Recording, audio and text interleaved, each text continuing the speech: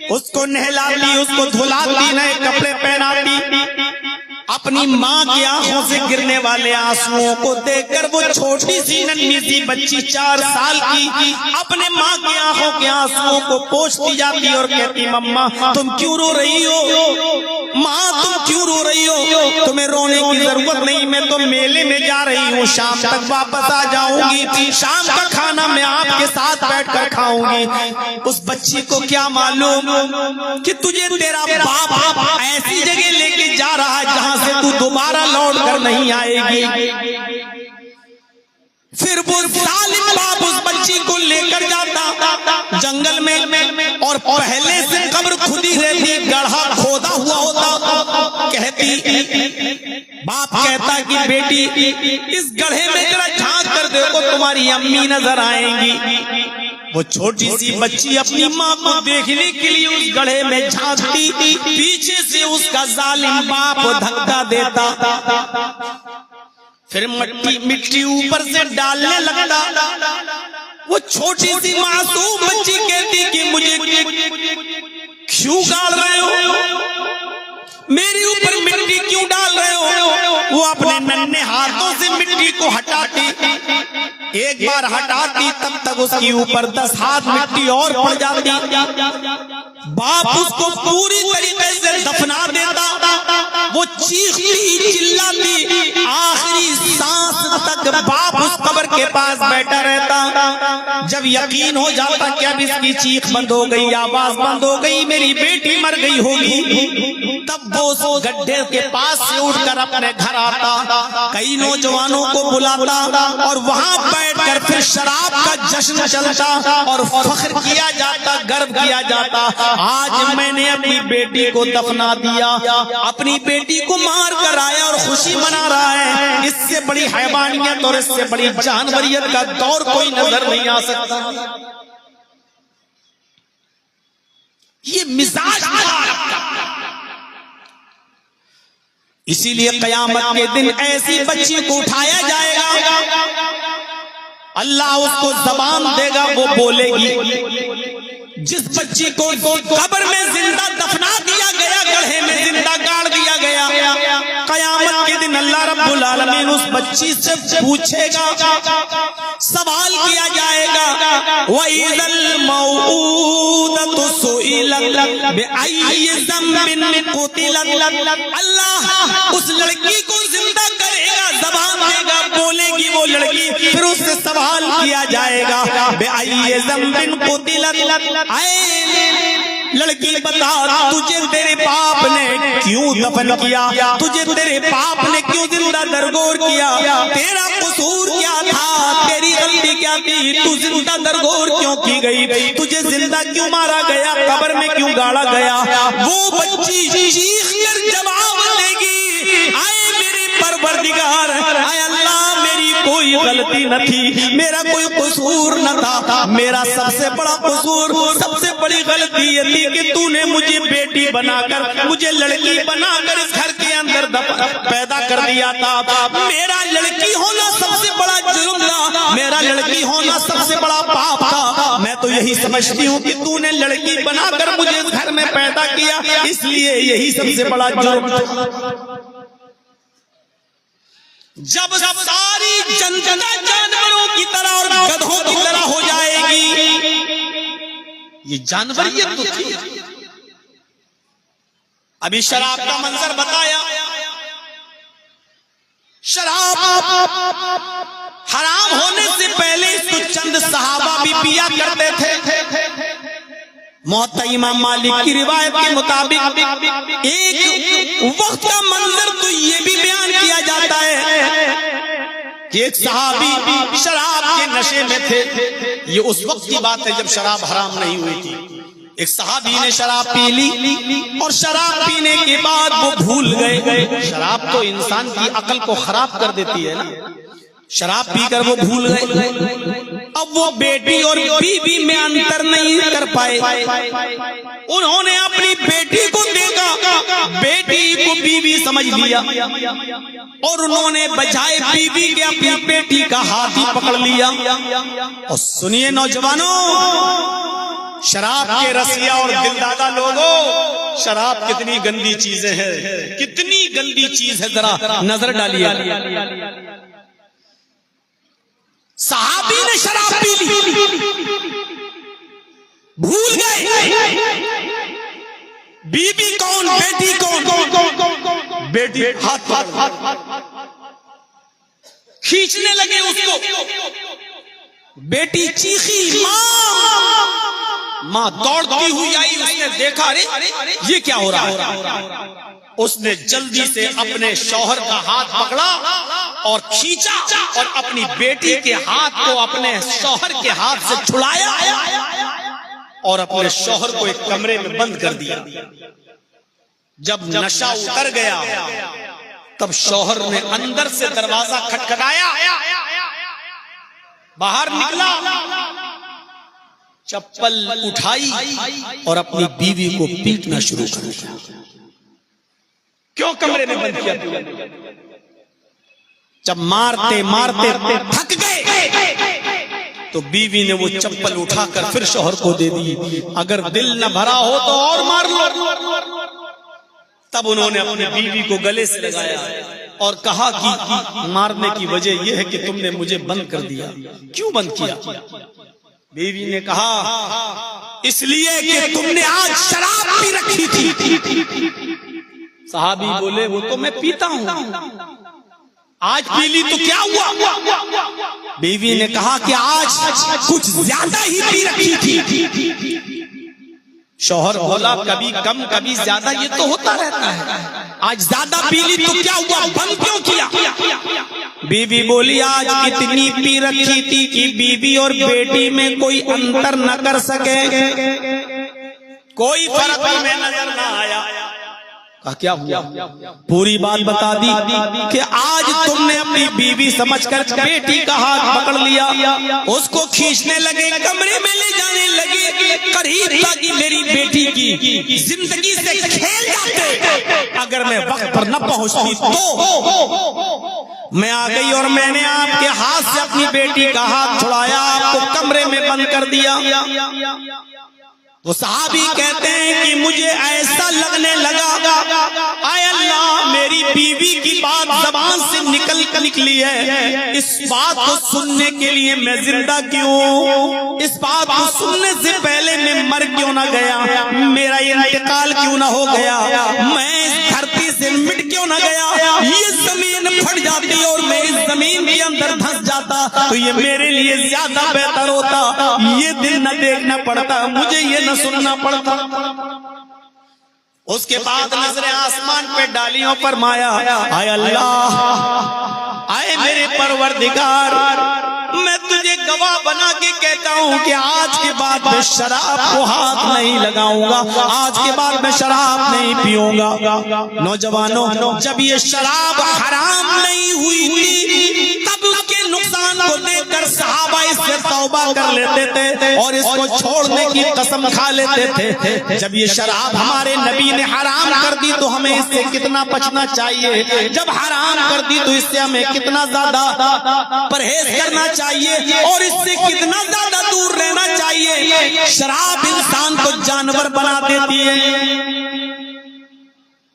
क़यामत की निशानियों में से एक निशानी ये बताई अल्लाह के नबी जनाब मोहम्मद रसूलुल्लाह सल्लल्लाहु अलैहि वसल्लम ने, ला यातियन्ना अला उम्मती मा तअला बनी इस्राईल हज़रत बिन नाल, जैसे पैरों में पहने हुए दोनों जूते बराबर होते हैं, कोई छोटा और बड़ा नहीं, ऐसी मेरी उम्मत में और बनी इस्राईल में कोई फर्क नहीं होगा। बनी इस्राईल जिस रास्ते पे चलेगी मेरी उम्मत भी उसी रास्ते पे चलेगी, मेरी उम्मत में और बनी इस्राईल में कोई फर्क नहीं होगा, मेरी उम्मत उन्हीं के नक्शे कदम पे चलेगी। दोनों जूते जैसे बराबर होते हैं वैसी मेरी उम्मत में और बनी इस्राईल में कोई फर्क नहीं होगा, बराबर। मेरी उम्मत एक कदम आगे होगी। उसके बाद अल्लाह के नबी सल्लल्लाहु अलैहि वसल्लम ने फरमाया, लौ कान अला उम्मिही अलानियतन लकान फी उम्मती मन यसनउ ज़ालिक।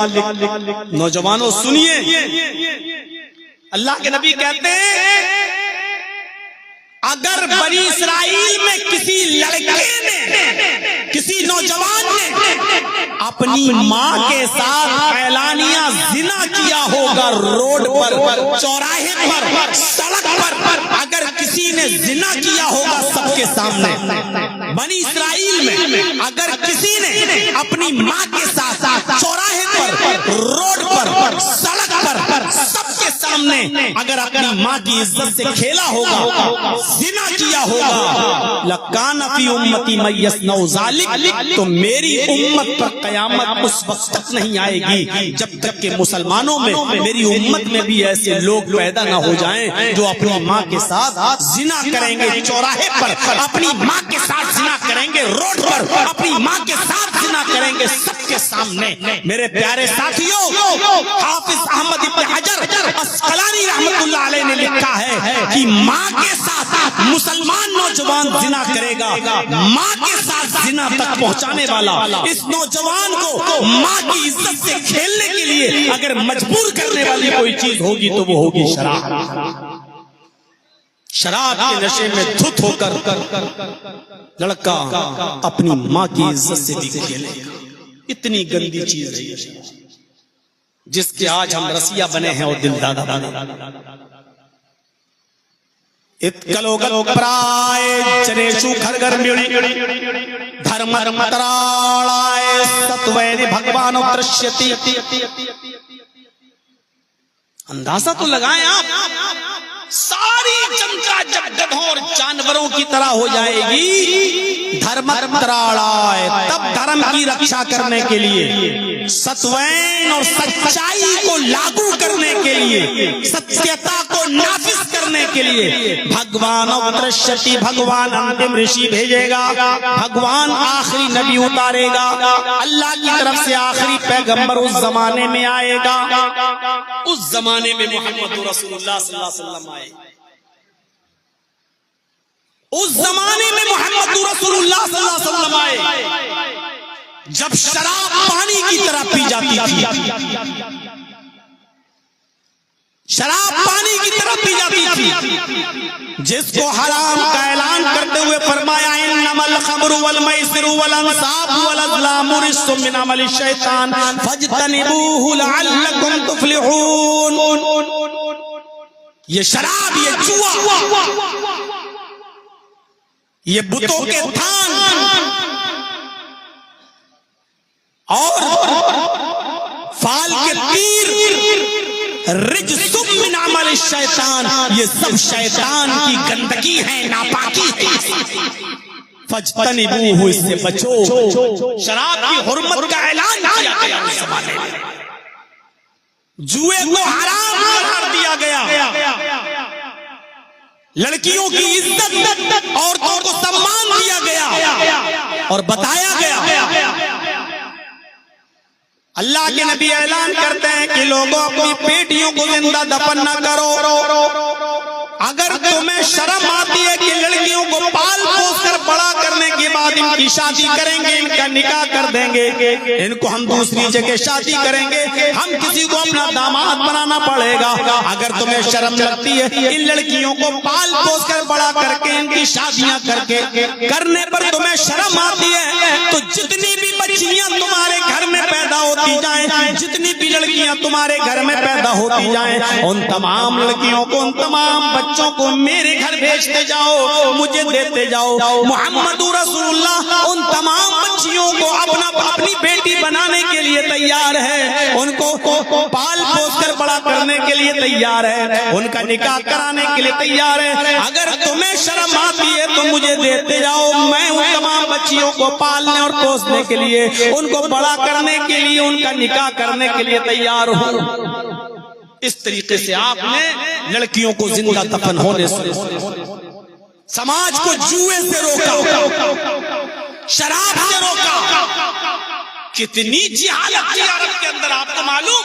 औरतें खाने काबा का जब तवाफ करती थी, मोहम्मद रसूलुल्लाह के नबी बनने से पहले औरतें जब खाने काबा का तवाफ करती थी तो कपड़ा उतार के करती थी, उनके जिस्म पर कोई कपड़ा नहीं हुआ करता था। पढ़िए रहीम मखदूम मौलाना सफीउर रहमान साहब मुबारकपुरी रहमतुल्लाह अलैह की किताब सीरत की मायानाज किताब, उनके जिस्म पर एक कपड़ा नहीं होता था। ये औरतों की इज्जत थी। कपड़ा उतारना, कपड़े कम कर देना, ये कोई इज्जत की बात थोड़ी है, ये तो जिल्लत की बात है। पता नहीं आज के जमाने में हमारी औरतों ने अपने जिस्मों पर कम कपड़ा पहनने को अपनी इज्जत कैसे समझ लिया है, अपनी इज्जत कैसे समझ लिया है। जब किसी को जलील करना होता था ज़माने जाहिलियत में, तो उसकी साड़ी, उसका कपड़ा खोल दिया जाता था, उसको नंगा कर दिया जाता था और उसको नंगा घर से बाहर निकाल दिया जाता था। ये उसको जलील करने की कोशिश होती थी। आज तमाम वेस्टर्न कल्चर और वेस्टर्न कल्चर की तहजीब, इन लोगों ने आज मिलकर, पश्चिमी सभ्यता ने मिलकर आज हमारी माँ बहनों बेटियों के जिस्मों से कपड़े उतारने का काम किया। कोई एक चीज बता दो, जो लड़की जितने कम कपड़े पहने हैं उतनी स्टैंडर्ड मानी जा रही है। जितने कम कपड़े पहने हुए हैं उतनी स्टैंडर्ड मानी जा रही है। 2 रुपए का साबुन भी नहीं बिकता जब के उस साबुन के ऊपर भी किसी नंगी, आधी नंगी लड़की का फोटो न लगा हुआ हो। वो 2 रुपए के साबुन पर भी ऐड किया जाता है, तो आधी नंगी औरत का, आधी नंगी लड़की का ये समाज ने इज्जत दी है, ये मीडिया इज्जत देती है। ये औरतों के अधिकार की बात, तुम कपड़े उतारो उनके जिस्म से और अधिकार की बात करते हो। सोना कितना कीमती होता है, डायमंड कितना कीमती होता है। मुझे याद है किसी यूनिवर्सिटी में सालाना अर्ली फंक्शन था, उसमें मुझे इनवाइट किया गया, बुलाया गया। तो उस यूनिवर्सिटी की एक लड़की ने मुझसे क्वेश्चन किया था, सवाल कि पर्दा क्या है, आपके यहाँ बुर्के पर पाबंदी क्यों नहीं लगती, नकाब पे पाबंदी क्यों नहीं होती। लड़की नकाब में रहेगी, पर्दे में रहेगी तो कैसे तरक्की कर सकती है, कैसे। मैंने कहा ये तो इज्जत की बात है। वो झुंझलाने लगी मेरे ऊपर कि आपको नहीं लगता कि आपका मजहब औरत को तरक्की नहीं करने देना चाहता। मैंने कहा सिस्टर, संजीदगी के साथ सोचिए। सुनहार की दुकान पे आप कभी गई होंगी, गोल्ड खरीदा होगा। सुनहार उस गोल्ड को कहाँ रखता है, दुकान में नहीं रखता। दुकान के अंदर भी एक तिजोरी होती है, उस तिजोरी के अंदर भी एक और डिबिया होती है। सुनहार जब दुकान बंद करता है तो अपने दुकान का सारा सोना उस अलमारी में, उस अलमारी का भी लॉक खोलने के बाद उस अलमारी में बने हुए बॉक्स का लॉक खोलकर उस बॉक्स के अंदर रखता है।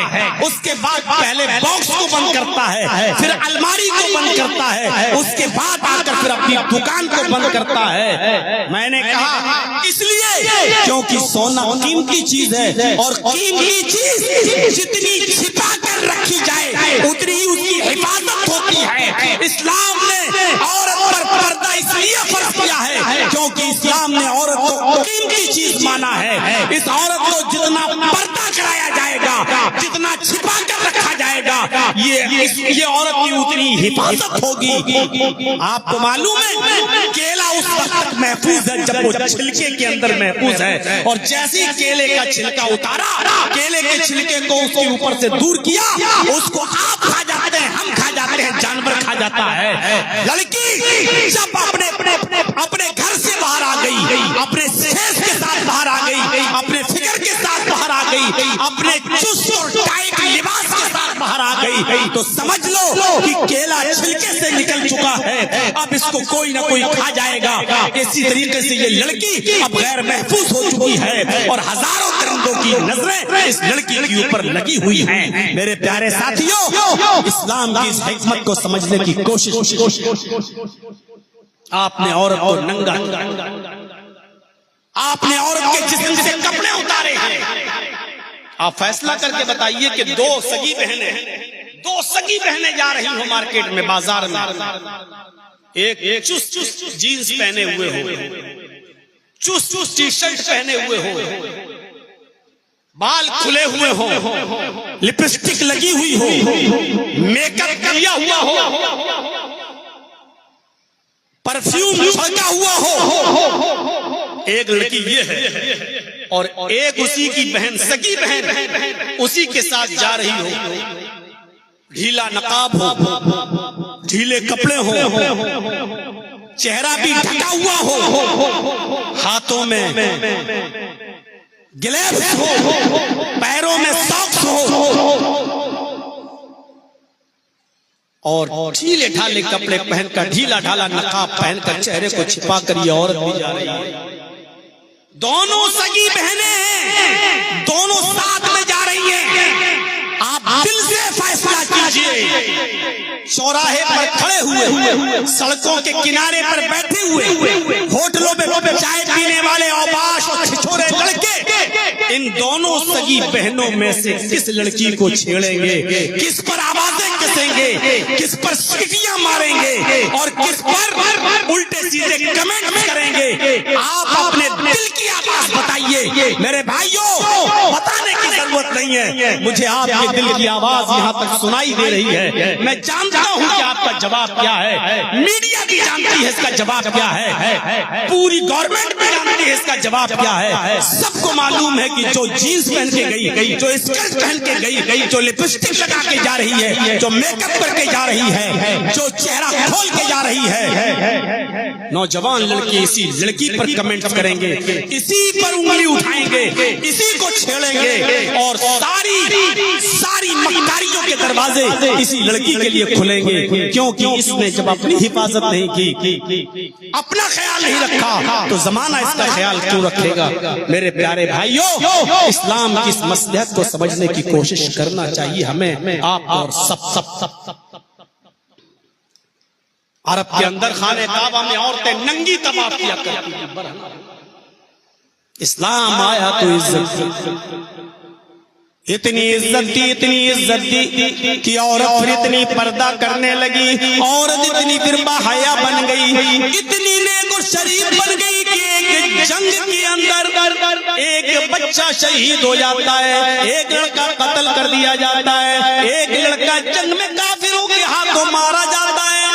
माँ के कान में आवाज आई, अबू दाऊद पढ़िए किताबुल जिहाद देखिए, माँ के कान में आवाज आई कि तेरा बेटा मैदाने जंग में कत्ल कर दिया गया, तेरा बेटा मैदाने जंग में मार दिया गया, तेरा बेटा मैदाने जंग में कत्ल कर दिया गया।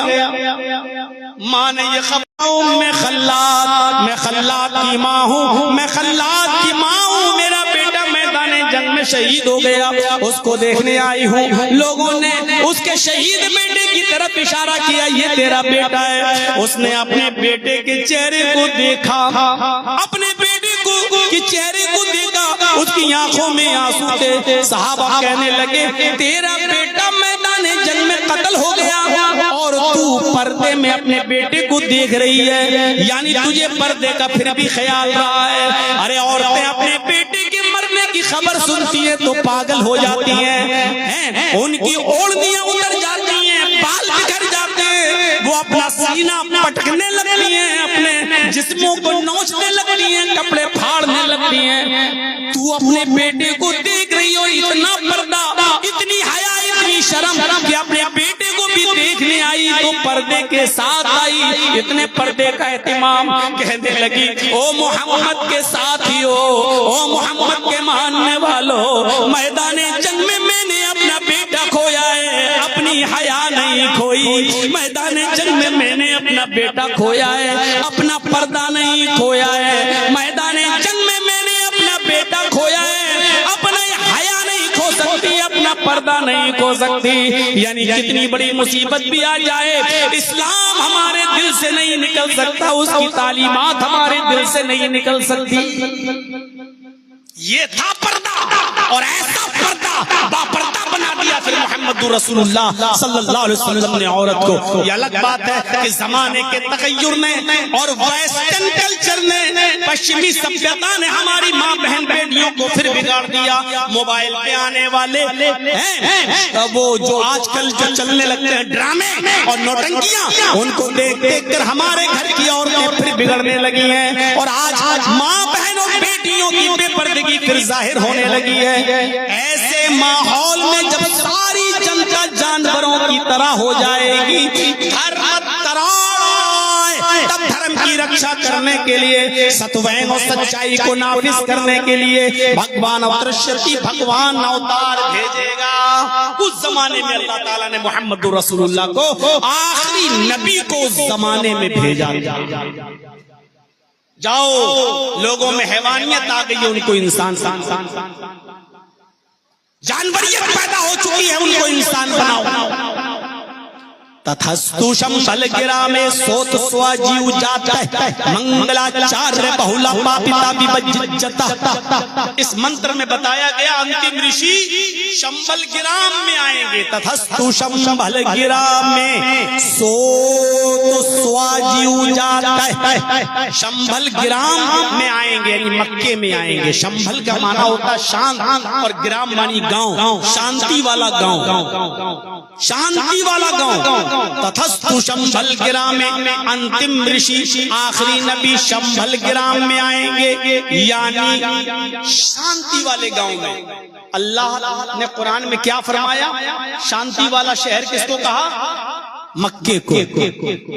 वत्तीन वज़्ज़ैतून वतूर सीनीन वहाज़ल बलदिल अमीन।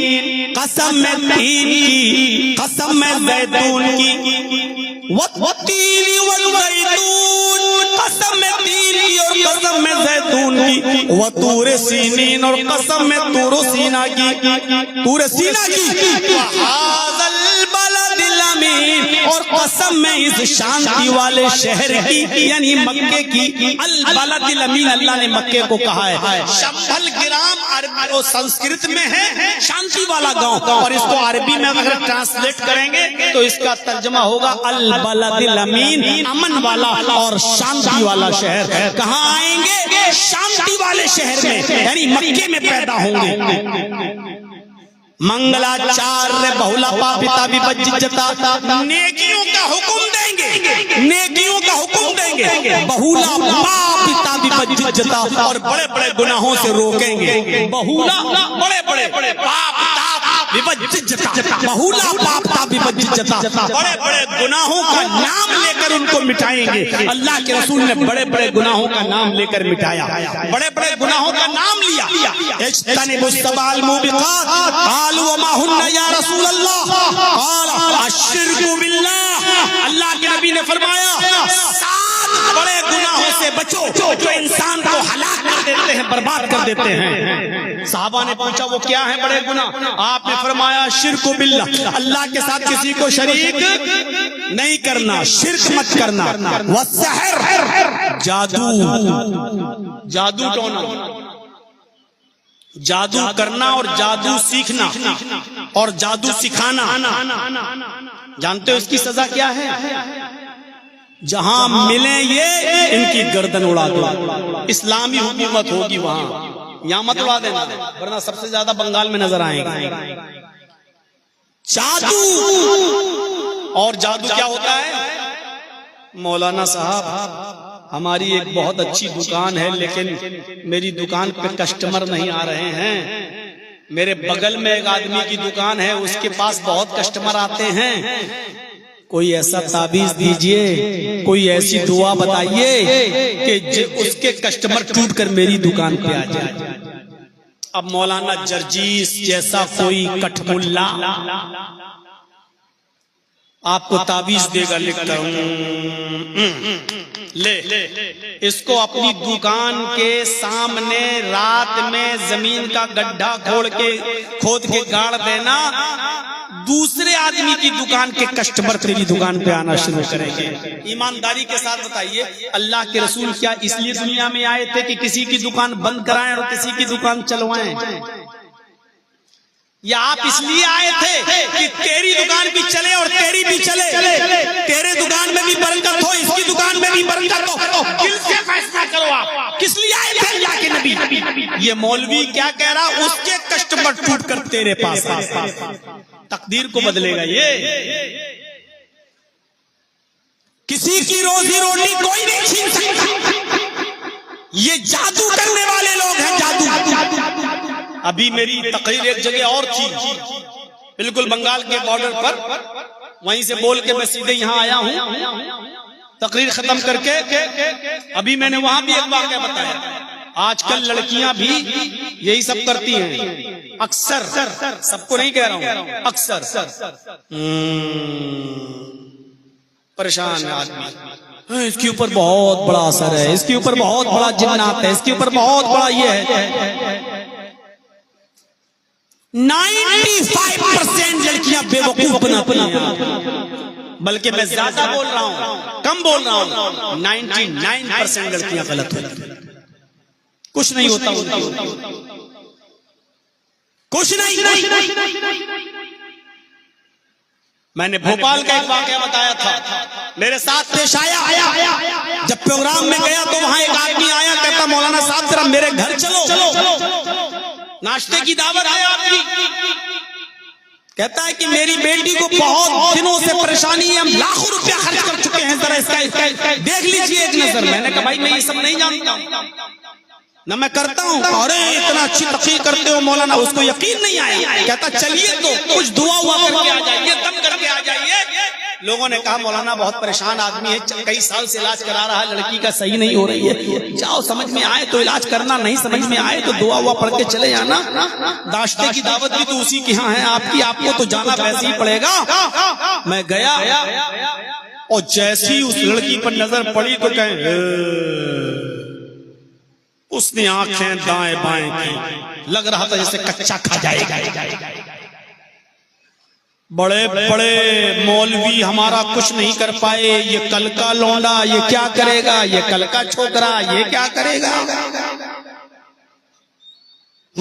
कर आपे से बाहर। मैं तो मेरे बस का था ही नहीं मामला, ना कभी मैंने इन सब चीजों में अपना दिमाग लगाया और ना ही इन सब चीजों के चक्कर में मैं पड़ा। मैंने कहा भाई किसी एक्सपर्ट को बुलाओ, ये मेरे बस का नहीं है।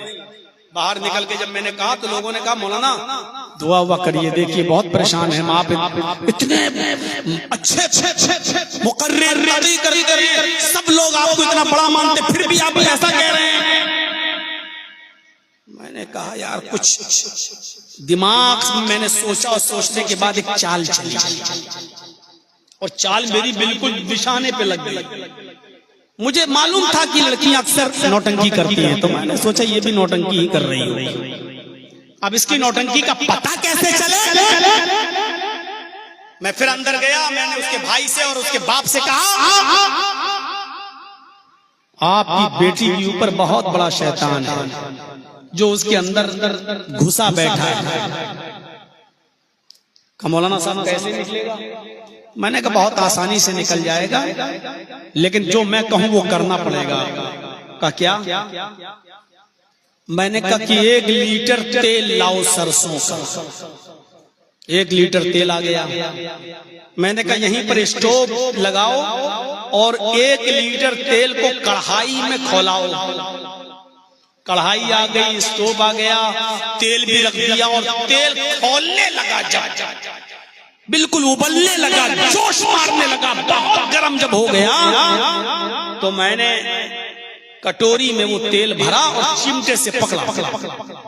मैंने फिर लड़के के भाइयों से और बाप से कहा कि इसके हाथ पैर अच्छी तरीके से पकड़ो और एक भाई सर पकड़ो इसका। क्या करेंगे? कहा मैंने ये तेल मुझे इसके कान में डालना है, दोनों कानों में, क्योंकि जो शैतान इसके अंदर बैठा हुआ है वो कान के रास्ते ही से बाहर निकलेगा और जब तक ये तेल नहीं डाला जाएगा तब तक हो जाएगा नहीं। और मैं झूठ मूठ उसमें कहने लगा, अच्छा मैंने कहा ये पढ़ दिया मैंने, तेल पड़ा कुछ नहीं था। जैसे ही आगे बढ़ा और लोगों ने मजबूती से पकड़ा, एक तो भाई कहने लगा अरे मौलाना साहब उसके कान खराब नहीं हो जाएंगे? मैंने कहा कुछ नहीं होगा। अरे खोलता हुआ तेल है। मैंने कहा आपकी बहन को कुछ नहीं होगा, अगर शैतान है तो अभी निकलेगा, क्योंकि वो भी आग से पैदा है। तो आग को आग नुकसान नहीं पहुंचाती है, गर्मी को गर्मी नुकसान नहीं पहुंचाती है, इसलिए गर्म तेल उस शैतान का निकल के भाग जाएगा, तुम्हारी बेटी को कुछ नहीं होगा, बहन को। लेकिन अगर शैतान नहीं हुआ तो जिंदगी भर बोल नहीं सकती, तो कान के पर्दे इसके फट जाएंगे। अब पकड़ो इसको मजबूती से। जैसी मैं आगे बढ़ा, झटकती हुए कहती है मौलवी मेरे कान बर्बाद करने आया तू, मेरी जिंदगी बर्बाद करने आया तू। मैंने कहा देख तेरे ऊपर बहुत बड़ा असर है, जब तक ये तेल नहीं डालूंगा तेरे कान में शैतान भागेगा नहीं। कहती चल कुछ नहीं है मेरे ऊपर, मैं बिल्कुल सही हूँ, मैं बिल्कुल ठीक हूँ, कुछ नहीं है मेरे ऊपर। उसने बिल्कुल सब कुछ कह दिया कि मेरे ऊपर कुछ नहीं है। मैंने कहा फिर ये 3 साल से 4 साल से बेवकूफ बना रही है। तब उसने सब कुछ कबूल दिया और मैंने अकेले में उसके भाइयों से पूछा था कि बताओ ऐसा तो नहीं कि कहीं शादी करना चाह रही हो और आप लोग उसकी शादी वहां होने नहीं दे रहे हो? मुझे तो इश्क वाला मामला लग रहा है, क्योंकि अक्सर लड़कियां ये नौटंकियां तभी करती हैं जब घर वाले उसकी मर्जी के मुताबिक शादी नहीं करना चाहते। तब जब उस लड़की से पूछा कि तेरे ऊपर कुछ नहीं है तो बता, तब उसने यही कबूल किया कि मौलाना साहब मैं जिस स्कूल में कॉलेज में पढ़ती हूँ वहाँ एक लड़के से मुझे प्यार है, वो लड़का मेरी बिरादरी का नहीं, मेरी कास्ट का नहीं, गैर मुस्लिम है, उससे मैं प्यार करती हूँ, मेरे घर वाले उससे शादी नहीं होने दे रहे हैं, इसलिए मैं ये सब कुछ कर रही हूँ। 4 साल से बेवकूफ बना रही थी वो अपने घर वालों को, और हम और आप समझते हैं कि नहीं ऐसा क्या ड्रामा कौन कर लेगा, ऐसा ड्रामा कौन। तेरे भाइयों ये जादू टोने करने वाले हजरत उमर फारूक ने सबको एक लाइन में खड़ा करके सबकी गर्दनें उड़ा दी थी, सबकी गर्दन। अल्लाह के रसूल ने बड़े बड़े गुनाहों का नाम लेकर उनको मिटाया, बड़े बड़े गुनाहों में कहा शिर्क बिल्लाह, सबसे बड़ा गुनाह शिर्क। दूसरा बताया वो सहर, जादू टोना, व क़त्लुन नफ्स अल्लती हर्रमल्लाहु इल्ला बिल हक़, और तीसरा गुनाह बताया कत्ल। कोई किसी मुसलमान किसी दूसरे मुसलमान को कत्ल कर दे या किसी को भी आप कत्ल कर रहे हैं तो कत्ल करना गुनाह बताया। 3 वो अक्लुर रिबा, सूद खाना, सूद और ब्याज। चौथा गुनाह, पहला शिर्क, दूसरा जादू, तीसरा कत्ल, चौथा सूद खाना। सूद, और सूद खाना तो इतना बड़ा गुनाह है कि अल्लाह के नबी सल्लल्लाहु अलैहि वसल्लम फरमाते हैं कि दिरहमु रिबन याकुलुहु अर्रजुलु व हुवा यअलम अशद्दु इंदल्लाहि मिन सित्तति व सलासीना ज़नियतन।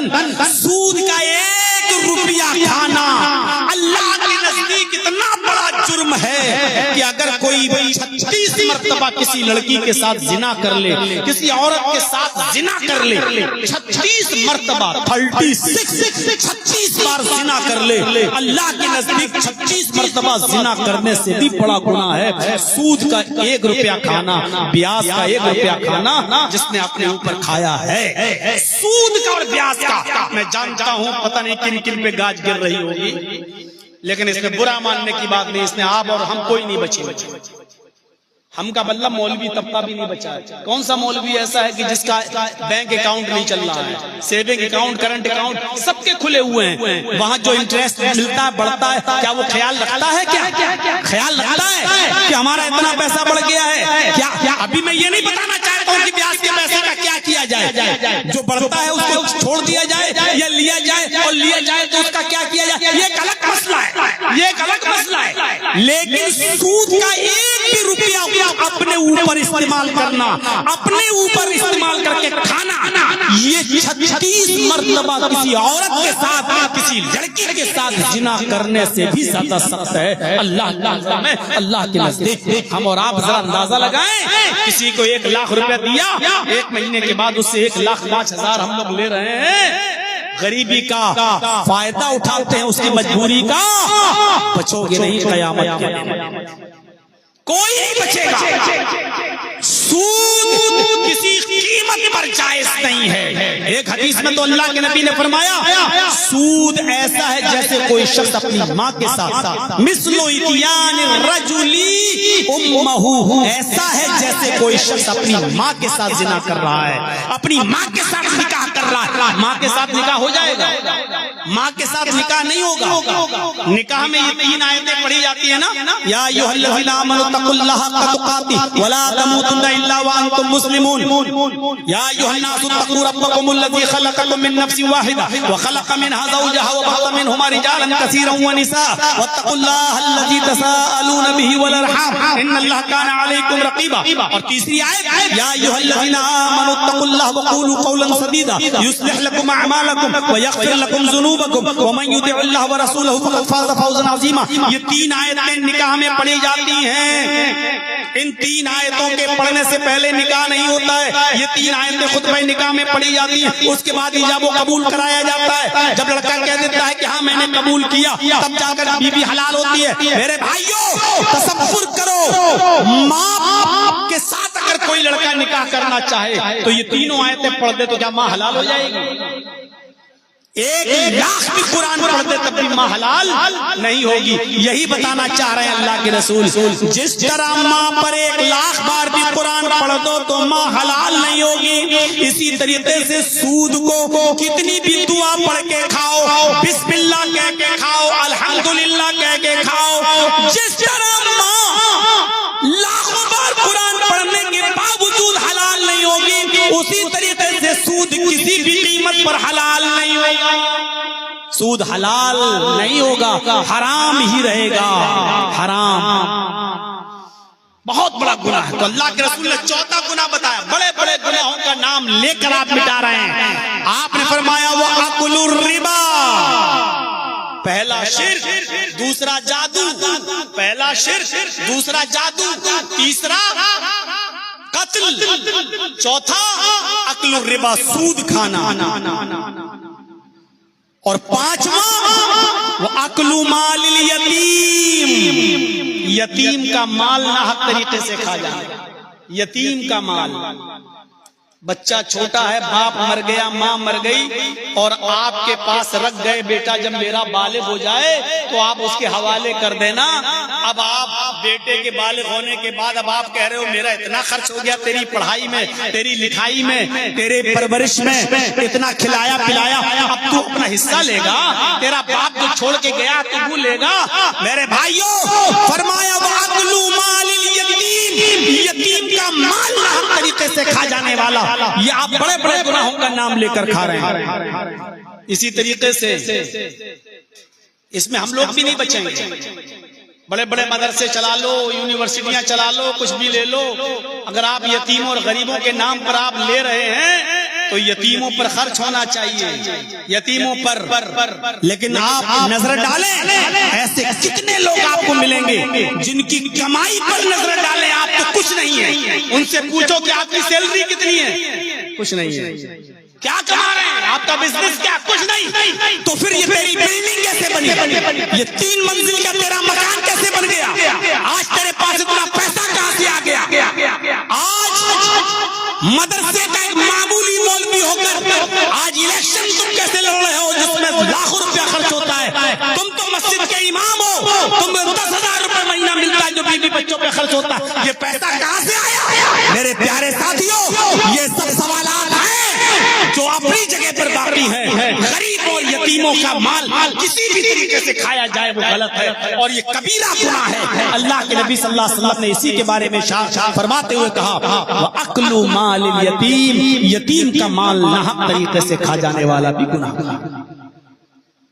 और 6ठा गुनाह वतवल्ली यौमज़्ज़हफ़, जंग हो रही है, मैदान जंग में हम लड़ रहे हैं, देखा सारे लोग भाग गए हैं, सारे लोग मारे गए, अब हम अकेले बचे या चंद लोग बचे, ये दुश्मन तो हमें मार डालेंगे, ये काफिर तो हमें कत्ल कर देंगे। जंग का मैदान छोड़ के भाग जाना, पीठ दिखा देना, मैदान छोड़ के भाग जाना, मौत के डर से जंग का मैदान छोड़ देना भी कबीरा गुनाह है। अरे अब मरना तो है ही, लड़ो और शहीद हो जाओ, मैदान छोड़ के भागने वाला भी कबीरा गुनाह का मुस्तहिक है। और सातवां गुनाह वक़ज़्फ़ुल मुहसिनातिल मुमिनातिल गाफिलात, क़ज़्फ़ुल मुहसिनातिल मुमिनातिल गाफिलात, किसी भी पाक दामन नेक और शरीफ लड़की पर, औरत पर तोहमत लगा देना, अरे वो तो ऐसी है, अरे वो तो फलां के साथ उसका चक्कर है, फलां के साथ वो अफेयर में है, किसी भी पाक दामन और नेक औरत पर तोहमत लगा देना। अक्सर ऐसा होता है, हमारे लड़के का रिश्ता कहीं लगा हुआ है किसी लड़की के साथ, अब उसने हमारे लड़के की कोई बुराई देखी शराब वराब पीते हुए, और लड़की वालों ने हमारे जर्जी साहब से कह दिया, जर्जी साहब मुझे आपके बेटे से शादी नहीं करना, आपका बेटा शराब पीता है, आपका बेटा मेहनत नहीं करता, हमें शादी नहीं करना है। अब जर्जी साहब को गुस्सा, तूने अपनी बेटी का निकाह मेरे बेटे से मना कर दिया, ठीक है, अब जो भी रिश्ता वहां आ रहा है, अब लोग पूछ रहे हैं जर्जी साहब आपने क्यों रिश्ता हटा दिया? अरे मैंने खुद मना कर दिया। क्यों? अरे मना कर दिया, वो कॉलेज जाती है ना, कॉलेज के लड़कों के साथ उसका चक्कर चल रहा है, वो स्कूल जाती है, स्कूल के लड़कों के साथ उसका चक्कर चल रहा है, अरे वो थोड़ी बिगड़ी हुई है, कैरेक्टर लूज है वो लड़की। अरे भाइयों, आप किसी भी पाक दामन नेक और शरीफ औरत पर तोहमत नहीं लगा सकते हो, ये कबीरा गुनाह है जो बगैर तौबा के माफ नहीं होगा। और अगर आपने किसी लड़की पर तोहमत लगाई औरत पर, तो जब तक वो आपको माफ न करे, अल्लाह भी आपको माफ नहीं करेगा। कबीरा गुनाह का मतलब यही होता है। अगर हमने आपको गाली दी है माँ की बहन की, तो जब तक आप हमें माफ नहीं करेंगे, अल्लाह भी माफ नहीं करेगा। छोटे छोटे गुनाह माफ हो जाते हैं, नमाज पढ़ने से, वुजू बनाने से, इबादतें करने से। और छोटे छोटे गुनाह ये है, जैसे हम जा रहे हैं रास्ते में, अचानक हमारी नजर किसी लड़की के ऊपर उठ गई, देख लिया, फिर नजर नीची कर ली, एक नजर तो माफ है, लेकिन देखें फिर बड़ी खूबसूरत है, फिर दोबारा देख लिया, ये बोले कुछ नहीं, ये सगीरा गुनाह है, ये नमाज पढ़ने से माफ होता रहता है, और नेकियां करने से गुनाह मिटते रहते हैं, लेकिन कबीरा गुनाह माफ नहीं होगा। कबीरा गुनाह बगैर तौबा के, और अगर उसका ताल्लुक किसी बंदे से है, तो जब तक वो आदमी हमें माफ नहीं करेगा, अल्लाह भी हमें माफ नहीं करेगा। तो किसी पर भी तोहमत नहीं लगाना चाहिए, और किसी के बारे में बदगुमानी भी नहीं करनी चाहिए। लड़की जा रही है, हेडफोन कान में लगाए हुए अकेले बात करते हुए जा रही है, हम समझ अपने बॉयफ्रेंड से बात करती हुई जा रही है। हो सकता है आप जो सोच रहे हैं सही हो, लेकिन ये भी तो हो सकता है कि उसका भाई हॉस्पिटल में एडमिट हो बेचारे, और वो रास्ता पूछ रही हो, उसका हैंडफोन ब्लूटूथ कान में लगा हुआ है, बात करती हुई जा रही है। आपने ये कैसे अंदाजा लगा लिया कि वो सिर्फ बॉयफ्रेंड से ही बात कर रही है, या किसी के भी बारे में आप कैसे अंदाजा लगा सकते हैं? कोई लड़का अकेले में बात कर रहा है तो अपनी किसी गर्लफ्रेंड से ही बात कर रहा होगा। ऐसी गलत फहमियों से कुरान ने रोका, अल्लाह ने रोका है। या अय्युहल्लज़ीना आमनू इज्तनिबू कसीरम मिनज़्ज़न्न इन्न बअज़-ज़न्नि वला तजस्ससू वला यग़्तब बअज़ुकुम बअज़ा। ईमान वालो, तुम किसी के बारे में ज्यादा बदगुमानियां मत किया करो। इज्तनिबू कसीरम मिनज़्ज़न्न इन्न बअज़-ज़न्नि, तुम बहुत सी बदगुमानियां इंसान को गुनाहगार बना देती हैं। कोई जरूरी है कि आप जो सोचें वो सही है। एक आदमी लंगड़ाते हुए आ रहा है, लंगड़ाते हुए आ रहा है। जर्जी साहब डॉक्टर हैं, तौहीद साहब भी डॉक्टर हैं। जर्जी साहब कहते हैं कि मेरा तजर्बा है कि आदमी जो लंगड़ाते हुए आ रहा है, इसके पैर में मोच आ गई है, इसके पैर में मोच आ गई है। तौहीद साहब भी डॉक्टर है, तौहीद साहब कह रहे हैं नहीं, तुम्हारा तजर्बा गलत है, इस आदमी की कमर में दर्द है इसलिए ये लंगड़ा रहा है। जर्जी साहब ने कहा कि नहीं मैं सही हूँ, तौहीद साहब बोले नहीं मैं सही हूँ, कमर में दर्द है। जर्जी साहब बोल रहे नहीं मैं सही हूँ, उसके पैर में मोच आई हुई है। 1,000 रुपए की शर्त लग गई, रखो, अगर उसके पैर में मोच आई होगी तो 1,000 रुपया मैं दूंगा। तौहीद साहब बोले, मैंने कहा अगर 1,000 रुपया मैं दूंगा अगर उसके कमर में दर्द होगा। ठीक है, हो गई शर्त। वो आदमी करीब आया, जर्जी साहब ने पूछा भाई तुम्हारे पैर में मोच आई है, कमर में दर्द क्या है, लंगड़ा के चल रहे हो? उसने कहा न मेरे पैर में मोच आई न मेरे कमर में दर्द है। तो फिर लंगड़ा के क्यों चल रहे थे? कहा वो तो मेरी चप्पल टूट गई थी इसलिए मैं इसको हिला हिला के चल रहा था, पैर चप्पल टूट गई थी मेरी इसलिए मैं हिला हिला के चल रहा था, आपको लगा है कि मेरे कमर में दर्द है। कोई जरूरी नहीं कि दो आदमी जो सोचे वो दोनों सही हो, दोनों भी गलत हो सकते हैं। एक आदमी जो सोच रहा है वो भी गलत हो सकता है। इसीलिए अल्लाह ने कहा या अय्युहल्लज़ीना आमनू इज्तनिबू कसीरम मिनज़-ज़न्न इन्न बअज़-ज़न्नि इस्म। तुम किसी की बुराई कर ही नहीं सकते हो, किसी के बारे में गलत सोच भी नहीं सकते हो। क्यों सोचते हो तुम किसी के बारे में? ज्यादा बदगुमानी से बचो। आज देख लो कोई किसी के साथ एक बैठ भी जाए और ट्रेन में भी बैठा हो किसी लड़की के पास और कोई फोटो खींच के डाल दे सोशल मीडिया पर, तो अभी देखो कितना बदनाम होता। देखो लड़की के पास बैठा हुआ, और आजकल तो एआई का जमाना, कुछ भी किया जा सकता है उस फोटो का। हजरत उमर फारूक के पास तो एक शख्स आया, कहने लगा अमीरुल मोमिनीन एक मसला पूछने आया हूँ। सुनो लालगंज के लोगों, कलेजा फाड़ दिया है आज हमने, अपना दिल निकाल कर आपके सामने रख दिया है। कहीं मंत्र मैंने नहीं पढ़े, मंत्र पढ़ना छोड़ दिया क्योंकि हमारे पास नोटिस आ चुका है हाई कोर्ट से, हमें ये डायरेक्शन मिला हुआ है कि आप अपने धर्म की बात करेंगे, किसी दूसरे धर्म की कोई बात नहीं। लेकिन हमारे साहब, क्या नाम था उनका, मशहूर सेठ साहब ने कहा नहीं नहीं नहीं हम सब संभाल लेंगे और ये वो सब, आप एक तो मंत्र पढ़िएगा। तो फिर मैंने थोड़ा सा आप लोगों की लाज रख दी, पढ़ दिया तो फिर अपने पुरानी लय में आ गया। मेरे भाइयों जरा तसब्बुर करिएगा। हजरत उमर से वो कह रहा अमीरुल मोमिनीन एक मसला पूछने आया हूँ। कहा क्या? कहा मैं और मेरी बेटी एक साथ इस्लाम लाए, मेरी बेटी छोटी थी, बच्ची थी।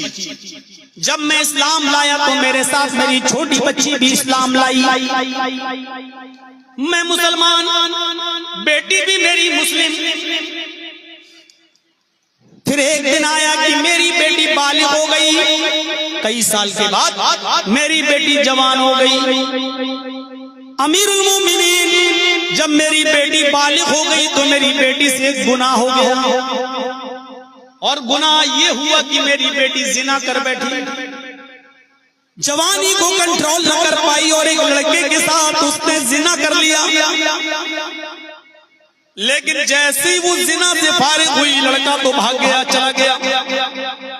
लेकिन उसको बहुत अफसोस हुआ, बहुत तकलीफ हुई कि ये मैंने क्या कर डाला, मुझे ऐसा नहीं करना चाहिए।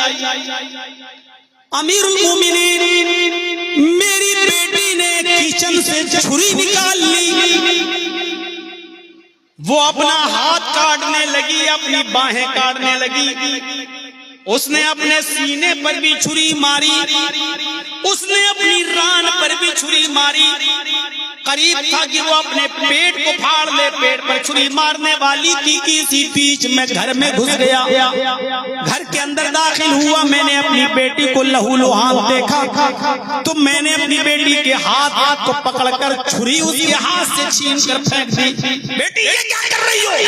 उसने कहा अब्बू मुझे छोड़ दो, मुझे इस दुनिया में जिंदा रहने का हक नहीं है, मुझे छोड़ दीजिए, मैं मरना चाहती हूँ। मैंने कहा बुज़दिली है ये, अपनी अपनी जिंदगी से खिलवाड़ कर रही हो। तुम मेरी एक ही बेटी हो, तुम्हारी माँ बहुत पहले मुझे छोड़ के चली गई, तुम्हारी जिम्मेदारी मेरे ऊपर है, बताओ तो सही तुम ऐसा क्यों कर रही हो। उसने कुछ नहीं छिपाया और अपने बाप को भी उसने पूरी सच्चाई बता दी कि ऐसा ऐसा हुआ। अमीरुल मोमिनीन मेरी बेटी ने बता दिया कि मुझसे जिना हो गया है वो, और इस जिना के काम को भी 2-2.5-3 साल हो चुकी है। लेकिन उस दिन की तारीख से आज तक मेरी बेटी सिर्फ मुसल्ला जानती है और नमाज जानती है और कुछ नहीं। वो न मुसल्ला बिछाती, नमाज पढ़ती, हाथों को उठाती और तौबा करती। 3 साल का लंबा जमाना गुजर चुका है। मेरी बेटी जब सजदे में जाती तो इतना रोती कि रोते रोते उसकी आंखों के आंसुओं से जमीन भीग जाती। उठती दुआ करती तो यही तौबा और इस्तिग़फ़ार करती। मुझे उम्मीद है कि अल्लाह ने मेरी बेटी के आंखों के आंसुओं से मेरी बेटी के गुनाह को धुल दिया होगा। हजरत उमर ने कहा तो मुझसे क्या पूछने आए, मुझसे क्या लेना चाहते? कहा अमीरुल मोमिनीन मैं ये जानना चाहता हूँ कि मेरी बेटी का रिश्ता आ रहा है। मेरी बेटी जवान तो है ही, बालिग है, शादी का रिश्ता आ रहा है। जो पैगाम मेरी बेटी के साथ जिस लड़के ने भेजा है वो बहुत दीनदार लड़का है, नमाजी है, तहज्जुद गुजार है, दीन का बड़ा आलिम है, जानने वाला है।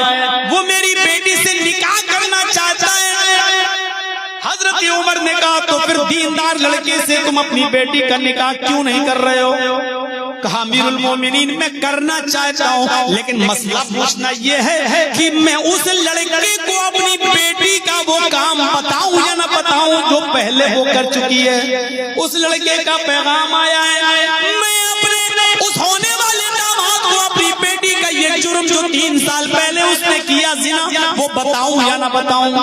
अमीरुल मोमिनीन अगर मैं बता देता हूँ कि मेरी बेटी ने 3 साल पहले जिना कर लिया था तो वो लड़का बड़ा दीनदार है, जिना का नाम सुनते ही कहीं ऐसा न हो कि वो बिदक जाए और फिर वो मेरी बेटी से निकाह ही ना करे, शादी ना करे, छोड़ दे, हो सकता है।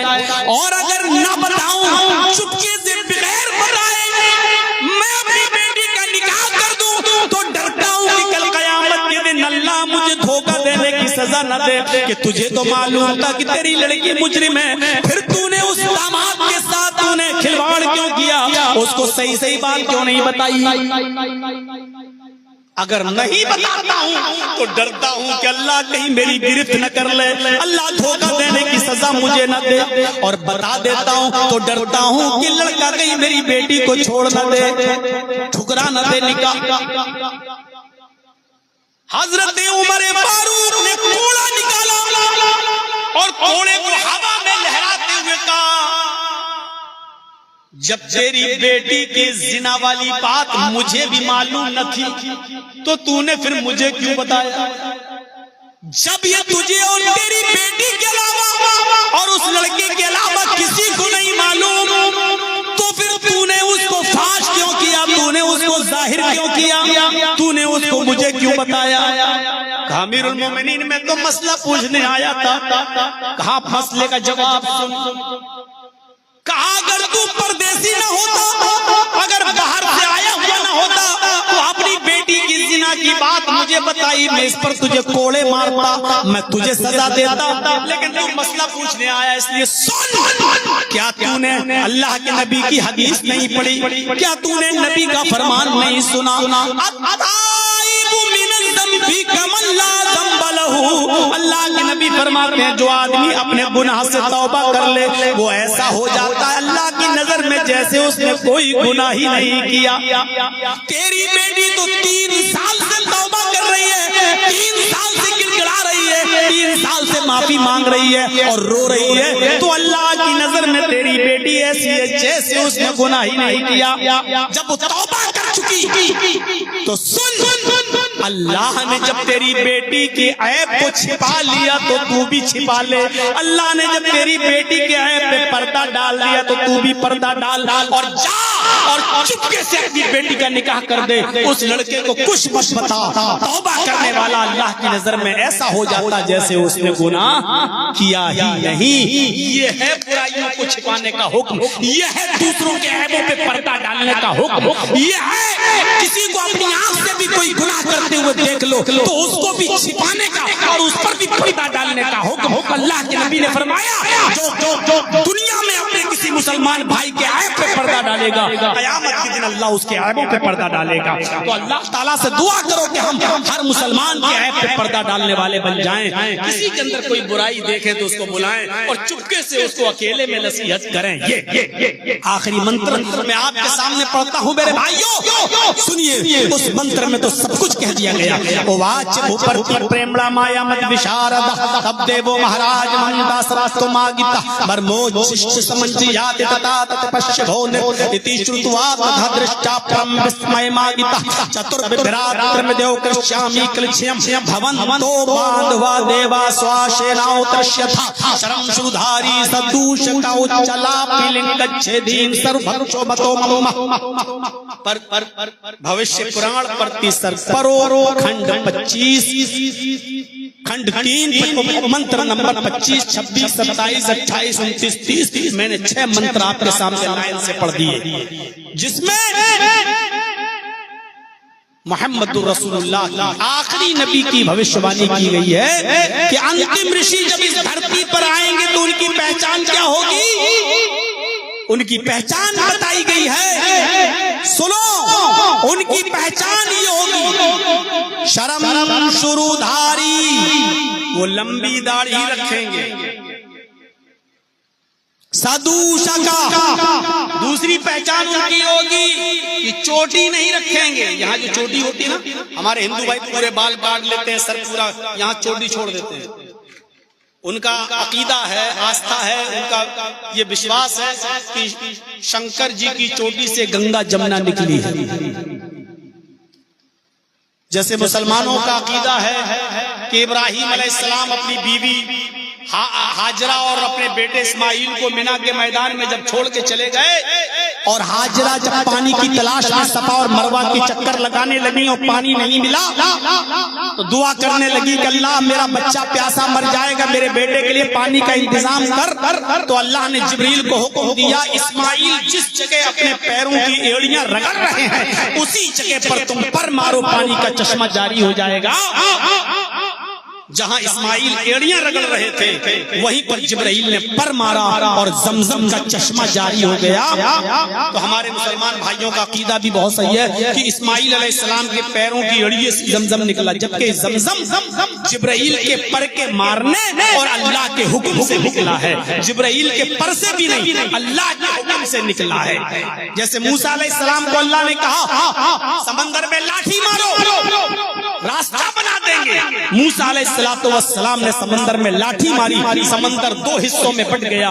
मूसा अलैहिस्सलाम और उनकी कौम के लोग निकल गए। फिरौन जब रास्ता समझ के निकलने लगा तो अल्लाह ने दोनों समंदरों के किनारों को मिलने का हुक्म दिया और फिरौन डूब के मर गया। तो समंदर के जो रास्ता बना वो मूसा अलैहिस्सलाम ने नहीं बनाया था। मूसा अलैहिस्सलाम ने तो सिर्फ डंडा मारा था, रास्ता तो अल्लाह ने बनाया था। अल्लाह के हुक्म से रास्ता बना। ऐसे ही इस्माइल अलैहिस्सलाम तो वहां एड़ियां रगड़ रहे थे, पर तो जिब्रील ने मारा था, लेकिन चश्मा अल्लाह के हुक्म से जारी हुआ था। लोग कहते हैं ईसा अलैहिस्सलाम ने मुर्दों को जिंदा किया, ये मौजूदा है। ईसा मुर्दों को जिंदा नहीं करते थे। ईसा अलैहिस्सलाम तो सिर्फ मिट्टी पे किसी मुर्दा चीज पर थूक मारते थे, ये हम और आप भी मार सकते हैं, लेकिन हुक्म अल्लाह का होता था जिंदा करने के लिए, और वो अल्लाह के हुक्म से जिंदा होता था। इसलिए ये अकीदा मत रखना कि ईसा अलैहिस्सलाम मुर्दों को जिंदा करते थे। ये अकीदा मत रखना कि अल्लाह के नबी ने चांद के 2 टुकड़े किए। ये अकीदा शिर्क। अल्लाह के रसूल ने सिर्फ उंगली का इशारा किया, चांद के 2 टुकड़े तो अल्लाह ने किए। इब्राहिम अलैहिस्सलाम को नमरूद ने आग में फेंका, आग फूल बन गई, गुले गुलजार। इब्राहिम ने उस आग को फूल नहीं बनाया। इब्राहिम अलैहिस्सलाम तो झूले पे झूल गए, आग में गिर गए। हुक्म तो अल्लाह का हुआ, कुलना या नारू कूनी बरदन व सलामन अला इब्राहिम। हमने कहा इब्राहिम पर ठंडी हो जा। आग ठंडी अल्लाह के हुक्म से हुई, ये मसला याद रखिएगा। शर्म शुरूधारी, लंबी दाढ़ी रखेंगे, सका सर के बाल अगर कटाएंगे तो चोटी नहीं रखेंगे। उच्चालापी, आखिरी नबी और उनके मानने वाले पहचान, उच्चालापी ऊंचे स्वर में आलाप करेंगे अर्थात अजान देंगे। मंदिरों में आलाप नहीं होता, मंदिरों में घंटा बजाया जाता है। आलाप क्या होता है? जबान से बोलना। आलाप किसको कहते हैं? जबान से पुकारना, जबान से चीखना। और आलाप करेंगे, जबान से बुलाएंगे, जबान से बोलेंगे। क्या कहेंगे? अस्मल्लाह मिल्लल्लाह मित्रा वरड़ो इल्लल्लाह इल्लल्ले मित्रा वरड़ो इल्लल्ले इल्लल्लाह मुहम्मद रसूल रब्बर अस्मल्लाह मिल्लल्लाह मित्रा वरड़ो इल्लल्ले इल्लल्लाह। ये है उपनिषद का मंत्र। अजान की बिगड़ी हुई शक्ल, अस्मल्लाह मिल्लल्लाह मित्रा वरड़ो इल्लल्लाह, अल्लाहु अकबर की बिगड़ी हुई शक्ल, इल्लल्ले मित्रा वरड़ो इल्लल्ले इल्लल्लाह, अशहदु अल्ला इलाहा इल्लल्लाह की बिगड़ी हुई शक्ल, मुहम्मद रसूल रब्बर अशहदु अन्ना मुहम्मदर रसूलुल्लाह की बिगड़ी हुई शक्ल। उच्चाला भी ऊंचे स्वर में आलाप करेंगे तो ये बोलेंगे, यानी आजान देने वाले होंगे। पहली निशानी, लंबी दाढ़ी रखेंगे। शर्म शुरूधारी, हाँ, दाढ़ी में गांठ नहीं लगाएंगे। हमारे बहुत से हिंदू भाइयों को देखा होगा, सिखों को देखा होगा आपने, बहुत लंबी दाढ़ी हो जाती है, बाल बहुत बड़े हो जाते हैं तो गांठ लगा लेते हैं, उसको सुखा लेते हैं और फिर वो ऐसा लगने लगता है जैसे नारियल का सूखा हुआ गुच्छा। तो लंबी दाढ़ी रखेंगे, दाढ़ी में गांठ नहीं लगाएंगे, चोटी नहीं रखेंगे। उच्चालापी, ऊंचे स्वर में आलाप करेंगे अर्थात अजान देने वाले होंगे। और आखिरी चीज, लिंगच्छेदी, लिंगच्छेदी, खतना कराने वाले भी होंगे। लिंगच्छेदी, मोहम्मद और उनके साथी खतना कराने वाले होंगे। आखिरी नबी की पहचान बताई गई है भविष्य पुराण के अंदर। अंतिम ऋषि के मानने वाले और आखिरी नबी खतना कराने वाले होंगे। खतना सारो भक्तो मतो मम्मा बिना कौलन चपश्वश तेषाम, सारो भक्तो मतो मम्मा, सब कुछ खाएंगे, गोश्त भी खाएंगे और सब्जी भी खाएंगे। सारो भक्तो मतो मम्मा, गोश्त भी खाएंगे और सब्जी भी, सब कुछ खाएंगे, लेकिन हर जानवर का गोश्त नहीं खाएंगे। बिना कौलन चपश्वश तेषाम, वही जानवर खाएंगे जिस पर कौल पड़ा जाएगा, जिस पर मंत्र पड़ा जाएगा। उनके यहाँ कोई भी जानवर बिना मंत्र के, बिना कौल के हलाल नहीं, शुद्ध नहीं होगा। यानी बिस्मिल्लाह अल्लाहु अकबर कहकर जानवर को ज़िबा करेंगे। हर जानवर नहीं खाएंगे, वही जानवर खाएंगे जिस पर कौल यानी मंत्र पड़ा जाएगा। ये हिंदू धर्म की किताब कह रही है। यानी आखिरी नबी, अंतिम ऋषि और उसके मानने वाले गोश्त तो खाएंगे, लेकिन हर जानवर का गोश्त नहीं, सिर्फ वही जानवर जिस पर मंत्र पड़ा जाएगा। अब कोई आदमी ये कहे कि बकरे पर तो पढ़ लेते हो बिस्मिल्लाह अल्लाहु अकबर, भैंस पे तो पढ़ लेते हो बिस्मिल्लाह अल्लाहु अकबर, तो हलाल हो गया, खा लिया। तो गधे पर भी पढ़ लो, कुत्ते पर भी पढ़ लो, खिंजीर पर भी पढ़ लो, तो क्या बिस्मिल्लाह अल्लाहु अकबर से ये जानवर हलाल हो जाएंगे? नहीं, बिस्मिल्लाह अल्लाहु अकबर से वही जानवर हलाल होंगे जिनकी लिस्ट मोहम्मद रसूलुल्लाह ने बताई है। हर जानवर हलाल नहीं होगा। अब आप कहो जानवर जानवर सब बराबर, जैसे बकरा, जैसे भैंस, वैसी गधा, वैसी कुत्ता, तो इसका जवाब तो आप भी नहीं दे पाएंगे। औरत औरत सब बराबर। दूसरे की लड़की से आप निकाह कर लेते हो, मंत्र पढ़ते हो, ओम भूर्भुवः स्वाहा, ये सब मंत्र पढ़ो, मंगलम स्वाहा, ये सारे मंत्र पढ़ के तुम हलाल शुद्ध कर लेते हो। तो मैं भी पूछना चाहता हूँ, औरत औरत तो सब बराबर। जो दूसरे की बहन बेटी से आप निकाह करके उसको अपनी पत्नी बनाते हो, तो क्या यही मंत्र, यही जुमले अगर आपकी सगी बहन, सगी माँ, सगी बेटी पर पड़े जाएं तो क्या वो हलाल हो जाएगी? आप कहेंगे नहीं। यही मंत्र अगर उन पर पड़े जाएं तो वो हलाल नहीं होंगे। हलाल वही